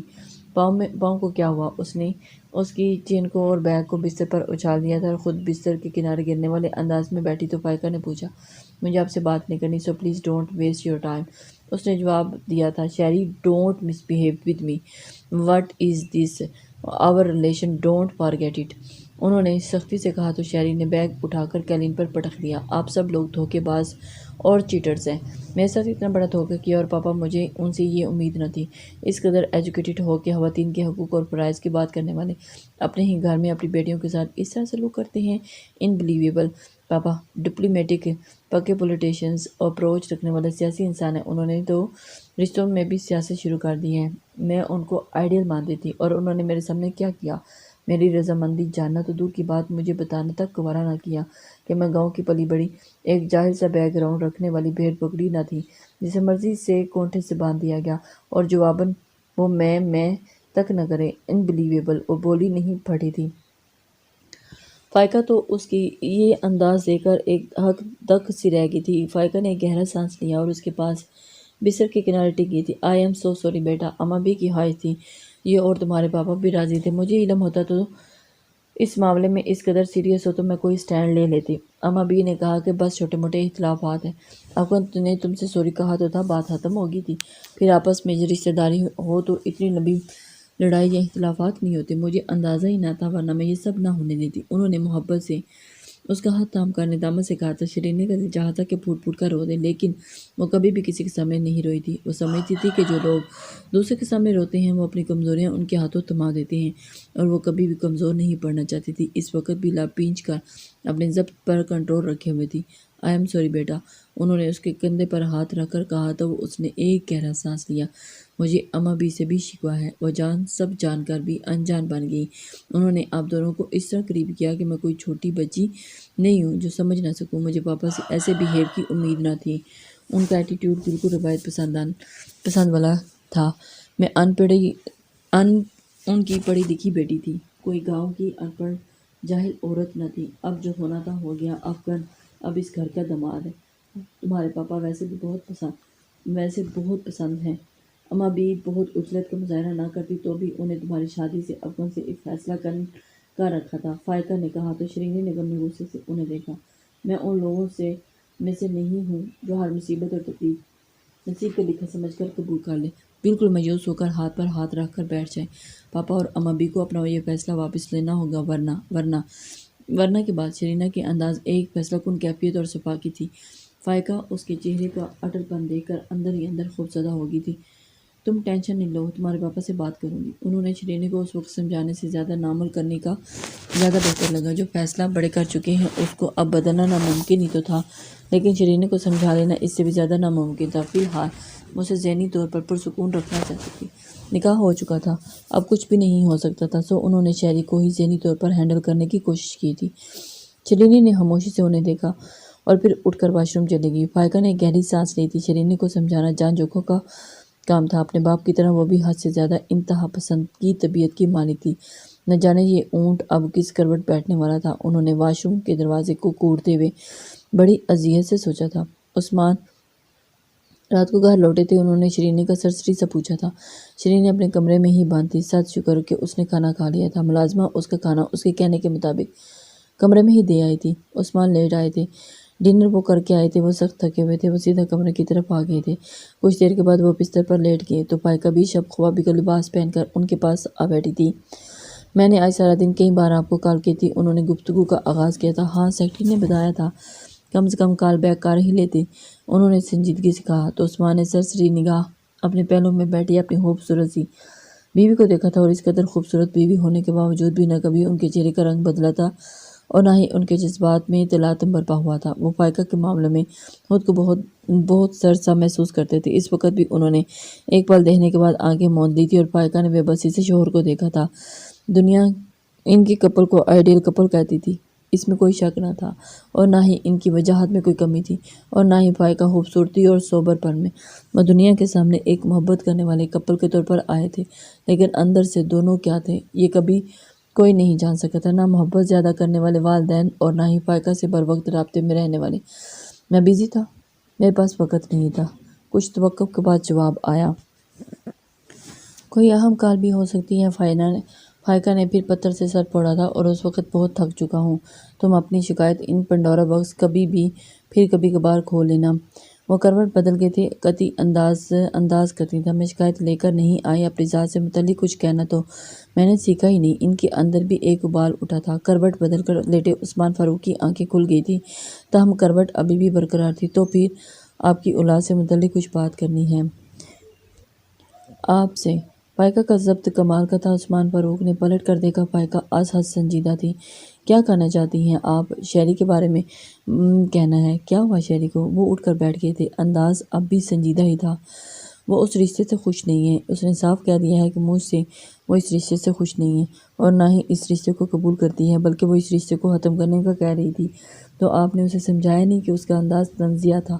فائقہ کے اندر ان کے طنز نے جیسے ایک بھانبڑ سے جلائے تھے۔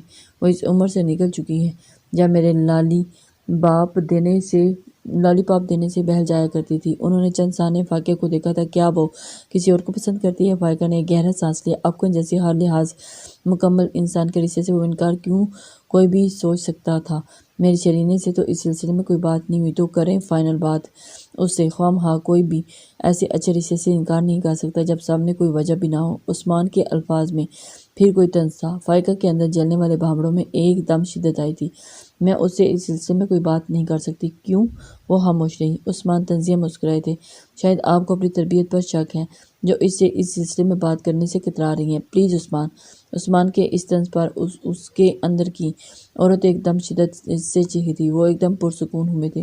فائقہ کو اس طرح اذیت پہنچانے میں شاید ان کی کسی اندرونی حس کو تسکین ملی تھی۔ یہ آپ اچھی طرح جانتے ہیں کہ میں شہری سے اور آپ سے بھی زیادہ محبت کرتی ہوں۔ اتنی محبت تو میں نے کبھی آفاق اور ٹیپو سے بھی نہیں کی۔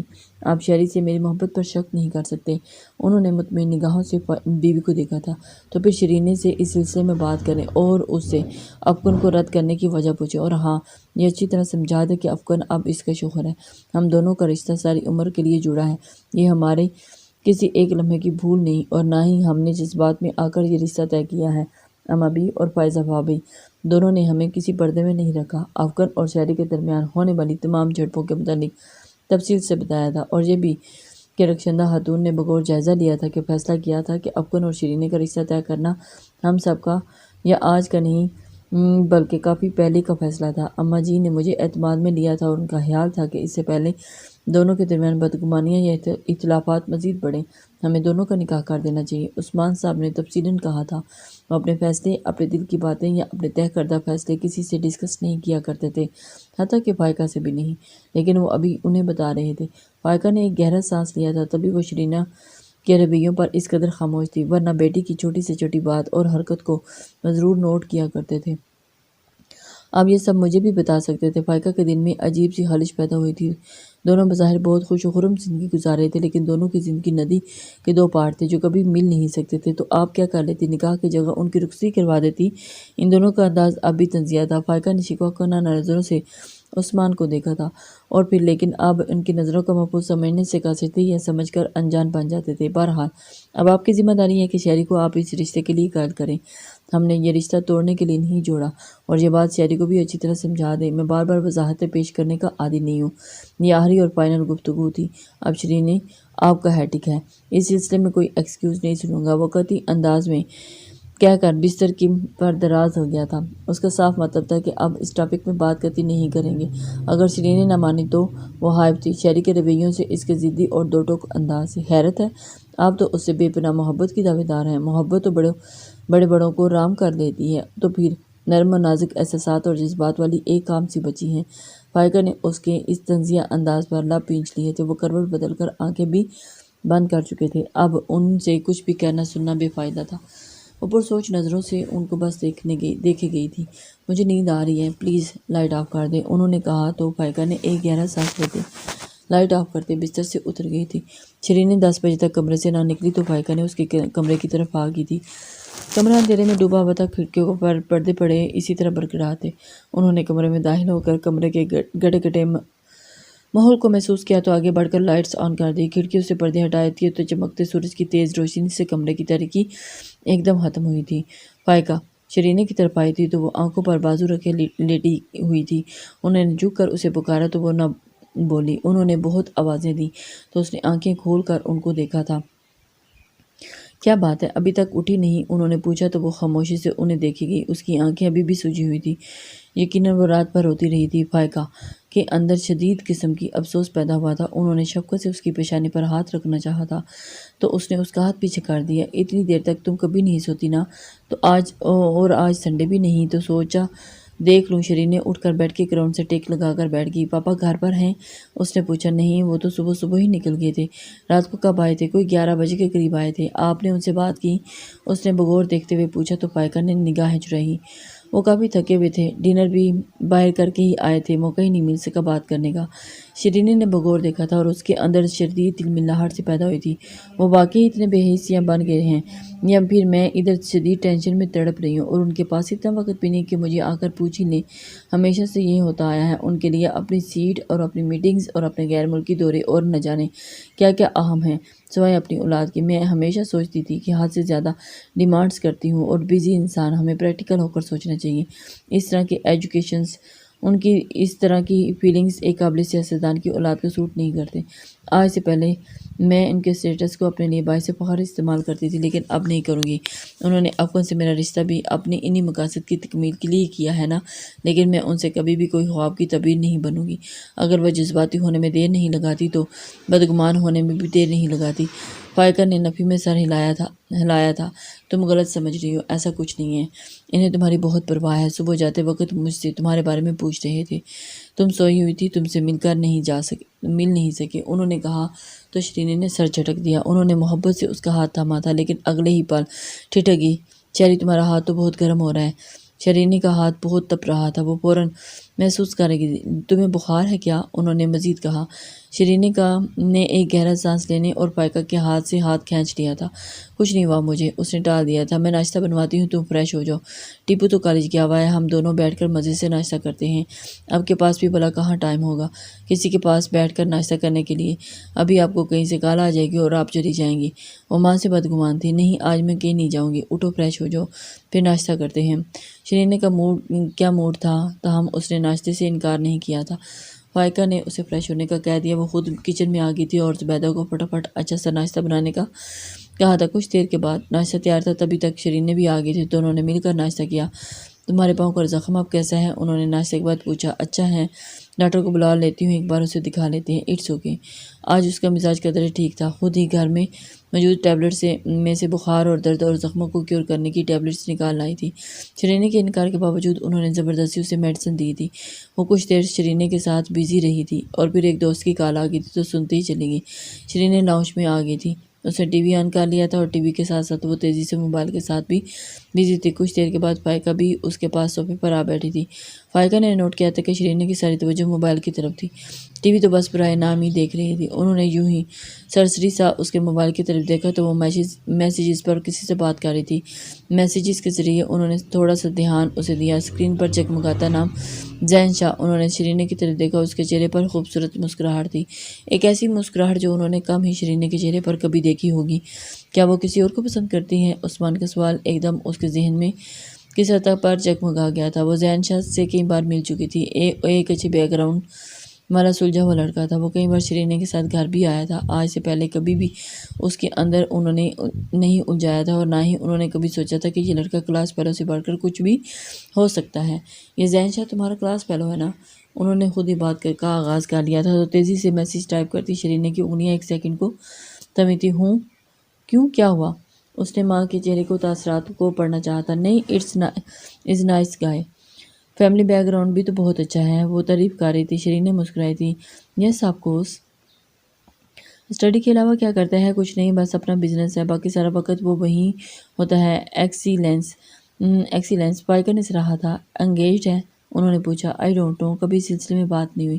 لڑکا تو اچھا ہے لیکن اپن کے مقابلے میں کچھ کم ہے، انہوں نے اپنی طرف سے بڑا پراسراری سا انداز بنا کر کہا تھا، لیکن شرینے نے چونک کر ماں کو دیکھا۔ وہ بھلا زین شاہ اور اپن کا مقابلہ کیوں کر رہی تھی؟ اس کے اندر شدید خیال سے انگڑائی لی تھی، اور پائکا جو شرینے کے چہرے کے تاثرات نوٹ کر رہی تھی، وہ شرینے کے رک جانے پر ٹھٹک گئی تھی۔ یعنی شرینے زین شاہ میں انٹرسٹڈ تھی؟ اپن کا بھلا یہاں کیا ذکر؟ اس نے الجھ کر پوچھا تھا۔ کچھ نہیں، ویسے ہی زبان سے پھسل گیا تھا۔ شرینے نے خاموشی سے ان کو دیکھا تھا۔ وہ ریموٹ کنٹرول تھا اٹھا کر چینل سرچنگ میں لگی تھی اور کوئی ٹاک شو لگا کر بیٹھ گئی تھی۔ اس کی ساری توجہ ٹی وی کی طرف تھی۔ تم کسی اور کو پسند کرتی ہو شیری؟ وہ ان کو مسلسل دیکھ رہی تھی۔ جب ایک دم ٹی وی کی آواز دھیمی کرتے ہوئے انہوں نے اسے دیکھا تھا۔ کیا مطلب؟ یہی کہ تم کسی اور کو پسند کرتی ہو؟ کیا؟ انہوں نے سنجیدگی سے سوال دہرایا تھا۔ آپ یہ کیوں پوچھ رہی ہیں؟ اس نے الٹا ان سے پوچھا تھا۔ اپن کی پرسنالٹی، اخلاق، کردار، فیملی بیک گراؤنڈ، کسی بھی چیز میں کوئی کمی نہیں، ان سب خصوصیات کے باوجود وہ تمہیں پسند نہیں، تو اس کا صاف مطلب یہ ہوا کہ یا تمہاری زندگی میں کوئی اور ہے یا جسے تم اپن کی جگہ لانا چاہتی ہو، پھر یہ کہ اپن ان سب معیارات پر پورا نہیں اتر رہا جو تم نے تیار کر رکھے ہیں۔ ایسی کوئی بات نہیں ماما، فی الحال اس لحاظ سے میں کچھ نہیں سوچا۔ اپن کو رد کرنے کی سب سے بڑی وجہ یہ ہے کہ وہ مجھے 2 نمبر لڑکی سمجھ رہا تھا۔ اس نے کئی بار براہ راست میرے منہ پر مجھے 2 نمبر لڑکی ہونے کا طعنہ دیا تھا، اور سب سے بڑھ کر وہ مجھے سخت ناپسند کرتا ہے، اور آپ اچھی طرح جانتی ہیں کہ جو انسان مجھے پسند نہیں وہ انسان میری گڈ بک میں سے بالکل نکل جاتا ہے، چاہے وہ پھر کتنا ہی اعلیٰ کیوں نہ ہو۔ قطعی انداز تھا۔ وہ پسند والی بات پر بڑی صفائی سے ٹال گئی تھی۔ بہرحال اب یہ عمر بھر کا ساتھ ہے، عمر بھر کے ساتھ کا یوں ایک دم نہیں توڑے جاتے، انہوں نے سمجھانے والے انداز میں کہا۔ تو شرینے کے چہرے کے زاویے بگڑے گئے تھے۔ لیکن مجھے اپن سے کوئی بھی ریلیشن نہیں رکھنا، مجھے سالڈ ریزن بتاؤ تاکہ میں تمہارے پاپا کے سامنے تمہارا یہ ریزن پیش کر سکوں۔ اس کے علاوہ تو تمہارے پاپا کو میری کوئی بات سننے کے لیے تیار نہیں، تمہارا دفاع کر سکوں، اس طرح انکار کی کوئی وجہ نہیں بنتی۔ وہ یہی کہیں گے کہ ابھی تم اپن کو پسند نہیں کرتی، کچھ وقت گزر جانے کے بعد حالات رویے بدلنے سے تم بھی پسند کرنے لگ جاؤ گی۔ وہ شش و پنج میں پڑ گئی۔ ابھی اچھی طرح سوچ لو، اگر تمہاری زندگی میں کوئی ہے اور پسند کا معاملہ ہے تو یہ صاف کہہ دو۔ آئی پرامس، پھر جہاں تک ہو سکا میں تمہیں سپورٹ کرنے کی کوشش کروں گی۔ وہ اس کا کندھا تھپ تھپا کر کہہ کر اٹھ کر اندر کی طرف چلی گئی تھی۔ وہ شرینے وہ خاموش اور پرسوچ نگاہوں سے اس کو اندر جاتا دیکھتی رہی تھی۔ شیان اور زوبیہ کے مقلابے کی رسم تھی۔ وہ لوگ جا کر شیان اور زوبیہ کو گھر لے آئے تھے۔ گھر میں ایک خوبصورت سی رونق لگی ہوئی تھی، سب ان کو دیکھ کر بہت خوش تھے، اور گھر میں اب الگ قسم کی رونق چل رہی تھی۔ اپن کل گاؤں واپس جانے کے انتظامات میں تھا، اما بی نے اسے بلوایا تھا۔ اس وقت فرح، شیان اور زوبیہ بھی وہیں تھے۔ کل ہم اسلام آباد جا رہے ہیں، اور ان کے پاس آیا تو انہوں نے اطلاع دی تھی۔ کیا مطلب؟ کون؟ وہ ہم کا مطلب نہیں سمجھ سکا تھا۔ پائکا کی طبیعت کچھ ٹھیک نہیں تھی، کوئی بخار تھا۔ اب تمہاری وجہ سے دوہرا رشتہ بنتا ہے، سوچ رہی ہوں گاؤں کے جمیلوں سے تو نکلی ہی ہوں، کیوں نہ کچھ دن ادھر ہی رہ آؤں۔ عثمان بھی شکوہ کر رہا تھا کہ اماں آپ میری طرف چکر نہیں لگاتی تو چلی جاؤں، اسد کو ساتھ لے جائیں، فرح بھی فارغ ہے، اسے بھی ساتھ تیار کر لیں، اسلام آباد کا موسم ویسے بھی آج کل کافی اچھا ہے، یہ لوگ انجوائے کریں گے۔ اس نے فوراً کہا تو اماں بھی مسکرائیں۔ اشفاق سے میں نے بات کی ہے، شیان اور زوبیہ نے گھومنے پھر تو کہیں جانا ہی ہے نا، تو میں نے سوچا یہ لوگ بھی ہمارے ساتھ چلیں، اس کے بعد جہاں بھی جانا ہو نکل جانا۔ اچھا خیال ہے، میرا تو خیال ہے شیان وغیرہ کو مرصوبات وغیرہ کی طرف ضرور چکر لگانا چاہیے۔ افغان کا موڈ اس وقت بالکل فریش تھا، سو اس نے مسکرا کر مشورے دیے تھے۔ وہ تو ہم لوگوں نے ڈیسائیڈ کر لیا ہے، ہم امابی کے ساتھ اسلام آباد جائیں گے، شیان نے بھی بتایا تھا، تم تیار رہنا، تم نے بھی ہمارے ساتھ ہی چلنا ہے۔ امابی کا ایک اور حکم نافذ ہوا تو افغان چونکا تھا۔ میں، اس نے اپنی طرف انگلی اٹھائی تھی۔ آئی ایم سوری، وہ فوراً معذرت خواہ ہوا تھا، میرے پاس اس قدر ایکسٹرا وقت نہیں، 2-3 کیسز ہیں، ان کو ہینڈل کرنا ہے، آپ لوگ انجوائے کریں، میں پھر کبھی صحیح۔ وہ امابی کو صاف گویا سے انکار کر کے، نہیں بھائی ایسے مزہ نہیں آئے گا، آپ بھی چلیے، بہت مزہ آئے گا۔ فرح تو فوراً اصرار کرنے لگی، لیکن میں نہیں جا سکتا نا، کچھ نہیں ہوتا افغان بھائی، ہم سب بھی تو جا رہے ہیں نا، چند دن کے لیے چلے جائیں، پھر آ کر کام بھی دیکھ لیجیے گا۔ زوبیہ نے کہا تو اس کے بعد سبھی اس کے سر ہو گئے تھے۔ امابی بھی اصرار کر رہی تھی، سب کے اصرار کے سامنے افغان کی ایک نہ چلی، مجبوراً اسے حامی بھرتا دیکھ لیا، ہمیں بھرنا پڑی تھی۔ اس کے مان جانے پر سبھی بہت خوش ہوئے تھے۔ افغان کا خیال تھا کہ بائی پلین جایا جائے، لیکن زبیہ اور فرح کا خیال تھا کہ بائی روڈ چلنا چاہیے۔ افغان کو ان کی بات ماننا پڑی تھی۔ وہ لوگ بائی روڈ آئے تھے، لیکن تھکن تو بہت ہو گئی تھی۔ کئی جگہ رک کر کھایا پیا جا رہا تھا، جگہ جگہ رک کر تصاویر بنائی گئی تھی۔ وہ لوگ تو خوب انجوائے کر رہے تھے۔ بہت ہی مزے کا سفر تھا جو افغان بھی انجوائے کر رہا تھا۔ اما بھی کبھی سو جایا کرتی تھی اور کبھی جاگ جاتی۔ فرح اور زبیہ ایک دوسرے کو بھرپور کمپنی دے رہی تھی۔ شیان اور افغان تھوڑی دیر بعد ڈرائیور کو ریلیف کے لیے خود بھی گاڑی ڈرائیو کر رہے تھے۔ افغان کا ارادہ اگلے دن واپس جانے کا تھا، سو اس سے نہ کوئی فکر تھی اور نہ ہی ٹینشن۔ وہ لوگ بخیریت گھر پہنچے تھے۔ فرح کا خیال تھا کہ وہاں کسی کو بھی اطلاع نہیں دی جائے، وہ لوگ جا کر سرپرائز دیں تو زیادہ بہتر ہے۔ افغان نے بات مان لی تھی، سو وہاں اطلاع نہ کی گئی تھی۔ تاہم فائقہ اماں کی آمد کی منتظر تھی۔ ان کا خیال تھا کہ آج کل میں وہ کسی بھی وقت آ سکتی ہیں، لیکن جب یہ سب لوگ وہاں پہنچے تو فائقہ سب کو دیکھ کر ایک دم حیران ہوئی تھی۔ ان کے لیے ان سب کی آمد انتہائی خوشگوار بات تھی۔ شیرینی کالج گئی ہوئی تھی اور ٹیپو بھی جائے، جبکہ بائی چانس آج وہ گھر پر ہی تھی، تو فوراً ان سب کو آؤ بھگت میں لگ گئی تھی۔ زبیہ بہت کم اسلام آباد آئی تھی، اسی اسلام آباد جہاں کا موسم اور اس شہر کی قدرتی خوبصورتی اور پہاڑ بہت اٹریکٹ کر رہے تھے۔ اس نے سارا راستہ خوب انجوائے کیا تھا اور بہت ساری تصاویر بھی بنائی تھی۔ زبیہ بہت فرینڈلی طبیعت کی مالک تھی، بہت جلد سب سے گل مل گئی تھی، خصوصاً فرح سے اس کی بہت بنتی تھی۔ افغان بھی اسے کزن اور پھر بھابھی کی حیثیت سے بہت عزت دے رہا تھا۔ ٹیپو کو شیان کی نکال کی تھی، وہ فوراً گھر آیا تھا، لیکن شیرینی کو فرح نے ایک دو بار کال کی تھی، اس نے ہی ریسیو بھی نہ کی تھی۔ فرح ایک گہرا سانس لے کر رہ گئی تھی، یعنی ابھی بھی وہ اسی مقام پر تھی۔ اما بھی بیٹے کے گھر آ کر بہو سے مل کر خوش تھی۔ سبھی تھکے ہوئے تھے، فائقہ نے کمرے کھلوا دیے تھے، سبھی نہا دھو کر کپڑے بدل کر فریش ہوئے تھے۔ فائقہ نے ملازمین کے ساتھ مل کر بہت جلد مزیدار کھانے کا انتظام کر لیا تھا۔ وہ لوگ کھانا کھا کر کچھ دیر لیٹنا چاہتے تھے۔ زبیہ اور شیان کے لیے گیسٹ روم کھلوا دیا تھا، افغان کے لیے آفاق کا کمرہ کھول دیا تھا اور شیرینے کے کمرے میں فرح نے رکنا پسند کیا تھا۔ اما کو بھی انہوں نے ایک کمرہ دے دیا تھا اور سبھی تو 2-3 گھنٹے میں سوئے تھے۔ جب فائقہ کے ساتھ افغان اور شیرینے کے رویے کو ہی ڈسکس کر رہی تھی۔ عصر کا وقت قریب آ رہا تھا اور شیرینے ابھی تک نہیں لوٹی تھی۔ فائقہ نے اسے کال کی تھی، اول تو اس نے کال ریسیو ہی نہ کی، دوسری بار کال کرنے پر اس نے ریسیو کی تو فائقہ نے اس کے گھر آنے کے بارے میں پوچھا، جس پر اس نے بتا دیا کہ وہ کالج سے نکل چکی ہے، کچھ دیر میں آ جائے گی۔ فائقہ نے اسے اما اور باقی لوگوں کی آمد سے متعلق اطلاع نہ دی تھی کہ خام ہاؤس کا موڈ خراب نہ ہو جائے۔ وہ گھر آئی تو لان میں ایک اور گاڑی کھڑی دیکھ کر چونکی تھی۔ یہ کس کی گاڑی ہے؟ گاڑی تو اسے تایا کے گھر کی لگ رہی تھی، لیکن وہ پھر بھی تصدیق کرنا چاہ رہی تھی۔ اس نے ڈرائیور سے پوچھا تھا، لاہور سے مہمان آئے ہیں، کون کون ہے؟ یہ تو مجھے نہیں پتا، لیکن 4-5 لوگ ہیں۔ شیرینے نے سر ہلا دیا تھا۔ وہ اندر آ گئی تھی، وہاں تو کوئی بھی نہ تھا۔ زبیدہ کوریڈور سے گزری تو اس نے اسے روک لیا۔ کون کون آیا ہے لاہور سے؟ ایک تو وہ بھائی صاحب ہیں جن کی شادی ہوئی ہے، اور ان کی بیگم، اور پیاری تو بڑی پیاری ہیں بی جی، وہ بڑا خوش ہو کر بتا رہی تھی۔ اوہ اچھا، شیان اور زبیہ بھی آئے ہوئے ہیں، ایک آپ کی دادی ہیں اور ایک اور بھائی صاحب ہیں اور ایک فرح بی بی ہیں۔ اس نے تفصیل میں بتایا۔ وہ سمجھی کہ اما کے ہمراہ شیان اور زبیہ، فرح اور اسد آئے ہوں گے۔ افغان کی طرف اس کا دھیان ہی نہیں جا سکا تھا۔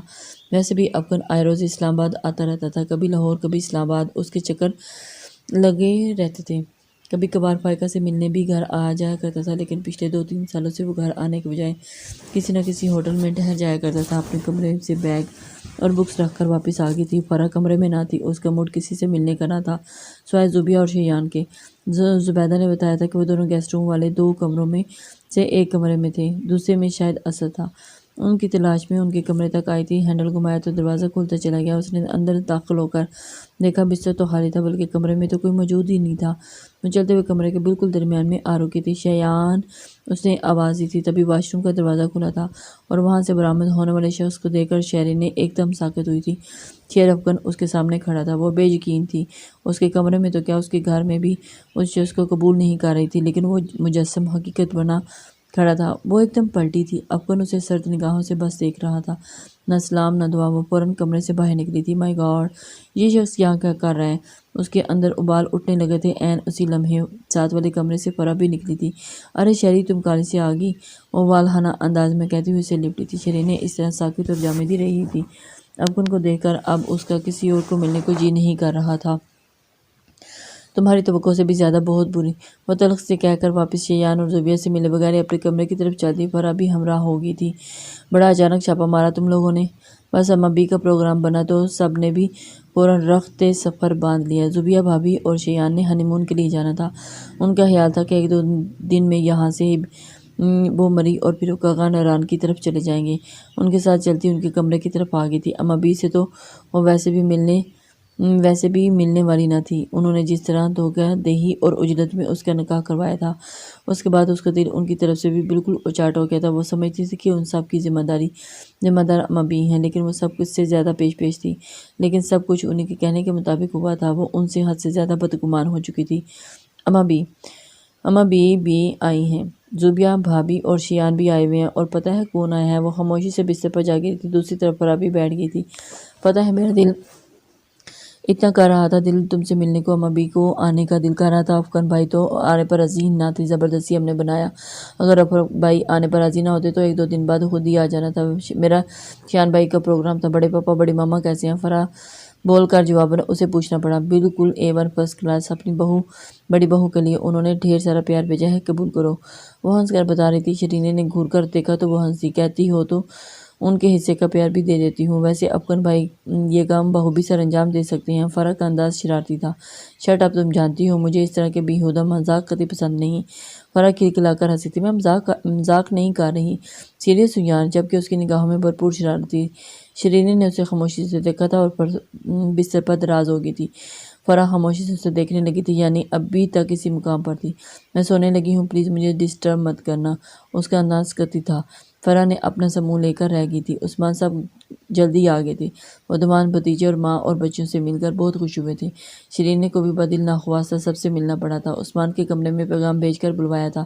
واپس آنے کے بعد عثمان فاروق اس کا یہ سب پہلا سامنا تھا، اور اس کا رویہ سب بڑا مسفٹ تھا۔ انہوں نے بطور خاص اسے اپنے پاس بلوایا تھا اور اس وقت اپنے کمرے میں تھے۔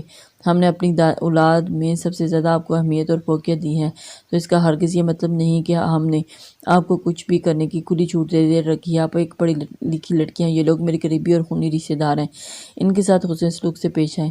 اماں بھی بتا رہی تھی کہ آپ ان سے ملنے تک نہیں گئیں، ان سے انتظام دعا کریں اور سب کے ساتھ ملیں، گپ شپ لگائیں، میں آپ کو اپنے کمرے میں مقید نہ پاؤں اب، اوکے؟ شیرینے نے بہت شکایتی نظروں سے باپ کو دیکھا تھا۔ وہ کچھ بھی کہے بغیر ان کے پاس سے ہٹ گئی تھی۔ لاؤنج میں سبھی موجود تھے، پاپا بھی ان کے ساتھ چلے گئے تھے۔ وہ اندر ہی اندر چلتی کودتی باہر لاؤنج کی طرف آ گئی تھی۔ کتنی عجیب سی بات تھی، وہ اپنے ہی گھر میں مس فٹ سی بن کر رہ گئی تھی۔ وہ وہاں ٹہل رہی تھی اور جب فرح اور زبیہ بھی وہاں آ گئی تھی۔ بھاگ ہو رہی ہیں، وہ بھی اکیلے، زبیہ نے کہا۔ یار ہم تمہارے گھر آئے ہیں، کچھ تو خاص الخاص پروٹوکول دو ہمیں، فرح نے کہا تو اس نے گہرا سانس لیا۔ ماما پاپا پروٹوکول دے تو رہے ہیں نا، اس میں شک نہیں، چھوٹے ماموں اور از دا بیسٹ، وہ کہہ رہے تھے میری خاطر ساری میٹنگز وغیرہ چھوڑ کر آئے ہیں۔ ان کے پاس تو اپنی اولاد کے لیے بھی وقت نہیں ہوتا، اور ان کی بات کے لیے تمہیں واقعی ان کا ممنون ہونا چاہیے، اس نے تنزن کہا تھا۔ اور جبکہ فرح ہنسی تھی، بھائی اب ہم اسپیشل مہمان ہیں خصوصاً تمہارے لیے، تمہارے حوالے سے تو پروٹوکول خاص الخاص تو ہوگا نا، تم تو میرے ددیال والوں کی طرح سسرالی رشتے دار لے کر اس طرح اترا رہی ہو، کوئی حال ہی نہیں تمہارا۔ زبیہ نے دب لگائی تھی، وہ کھلکھلا کر